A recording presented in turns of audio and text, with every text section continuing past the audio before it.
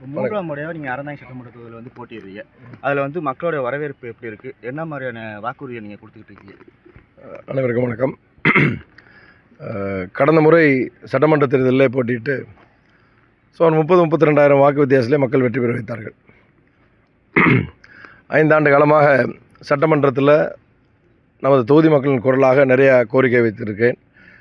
நமது ஒப்பற்ற முதலமைச்சர் அருமையான தளபதியார் அவர்கள், அவராக இருக்கட்டும், துணை முதலமைச்சராகட்டும், அமைச்சர் பெருமக்களாகட்டும், அதிகாரிகளாகட்டும், வைத்த பெரும்பான்மையான கோரிக்கைகளுக்கு உடனே செவிசாய்த்து நிறைய திட்டங்கள் அறந்தாங்கி தொகுதிக்கு செய்திருக்கிறார்கள். செய்திருக்கிற திட்டங்கள்லாம் அந்தந்த பகுதியிலே சென்று மக்களிடம் எடுத்து சொல்லி, பெரும்பான்மையாக மக்கள் எல்லா இடத்துலையும் அவங்களுக்கே தெரியும். இந்த காலம் வந்து சொல்லி தான் தெரியணும்னு இல்லை, எல்லாம் சோஷியல் மீடியா காலம். இந்த ஊருக்கு ரோடு வந்திருக்கு, அது வந்திருக்குன்னு, சில ரோடு வந்திருக்கும், சில ரோடு வேணும்னு கேட்பாங்க. செஞ்ச ரோடுக்கு நன்றி சொல்லுவாங்க, செய்யாத ரோடுக்கு கோரிக்கை கேட்பாங்க. அப்படி எல்லா பகுதியிலையும் மக்களை சந்தித்து அவங்க கோரிக்கைகளை கேட்டு 5 ஆண்டு காலம் செய்த திட்டங்களையும் சாதனைகளையும் சொல்லி விளக்கம் சொல்லி வாக்குகள் கேட்டுக்கொண்டிருக்கோம். இப்போ நீங்கள் மக்கள்கிட்ட வந்து ஒரு வாக்குறுதியை கொடுத்து என்ன மாதிரியான வாக்குறுதி கொடுத்து நீங்கள் வாக்கு சேகரிக்கிறீங்க? 5 வருஷம் மனசாட்சிக்கு விரோதம் இல்லாமல் இந்த பகுதியில் அனைத்து ஊராட்சிகள் 88 பஞ்சாயத்துக்கு 27 வார்டு இருக்குது. எல்லா ஊராட்சியிலையும் என்னென்ன திட்டங்கள் செஞ்சுருக்கோம்.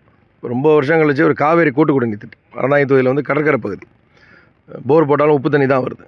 அதனால் 4 வருஷமாக சட்டசபையில் இந்த கோரிக்கை வைத்தோம். கடந்த பட்ஜெட்டில் முதலமைச்சர் தலைமையில் நிதியமைச்சர் எந்திரிச்சு கிட்டத்தட்ட 1800 கோடி ரூபா ஒரு காவேரி கூட்டு குடிநீர் திட்டம் அறந்தாங்கி தொகுதிக்கு நல்ல குடிநீருக்காக ஒரு பெரிய திட்டத்தை முதலமைச்சர் அறிவித்தார்கள்.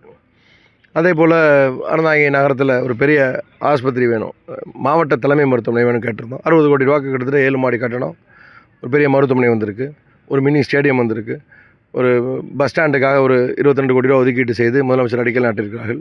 சுற்றுலாத்தலம் வந்திருக்கு. கிட்டத்தட்ட நிறைய வகுப்பறைகள், எங்கெல்லாம் பிள்ளைங்க வந்து மரத்தடியில் படிக்குது, இல்லை மழை பெஞ்சால் தண்ணி விழுவுது அப்படின்னு சொன்னாங்களோ முதல்ல அதான் போய் ஆய்வு செய்தோம். செய்து கிட்டத்தட்ட 100 கோடி ரூபாய்க்கு 73 வகுப்பறைகள் ஆய்வகங்கள் கொண்டாந்துருக்கு. நான் சட்டசபையில் பேசி ஒரு ITI காலேஜ் கொண்டாந்துருக்கோம். இதெல்லாம் நடைமுறைப்படுத்தப்பட்டு இப்போது சிலது நடைமுறையில் இருக்கிற திட்டங்கள். இனி வரும் காலங்களில் இன்னும் அடிப்படை வசதிகள் நிறையா ஊர்களுக்கு இன்னும் சாலை வசதி தேவை இருக்குது. எல்லாத்துக்கும் மேலே நான் நேற்று கூட சொன்னேன் பத்திரிகை நண்பர்களோட, இந்த மாதிரி அறந்தாங்கி தொகுதியில் இன்னொரு பெரிய குடிநீருக்கு அடுத்த பிரச்சனை சாலை, மருத்துவ வசதி. இதுக்கு அடுத்த பிரச்சனை வேலைவாய்ப்பு. படிக்கிற இளைஞர்களுக்கு வேலைவாய்ப்பு வரும் விதமாக சிட்கோ மூலமாக ஒரு தொழில்பேட்டை சட்டசபையில் கேட்டுகிட்டே இருக்கேன்.